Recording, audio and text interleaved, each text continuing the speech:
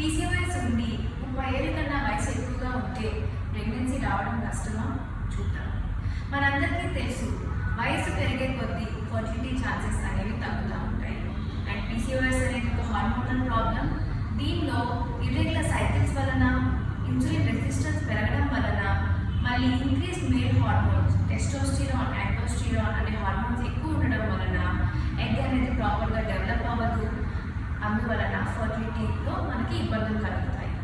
ఇలాంటి పేషెంట్స్కి మనం ఎలా హెల్ప్ చేయొచ్చు అంటే ఓవులేషన్ ఇండక్షన్ డ్రగ్స్, అంటే ప్రాపర్గా ఎగ్ డెవలప్ అవ్వడానికి మందులు ఇవ్వచ్చు.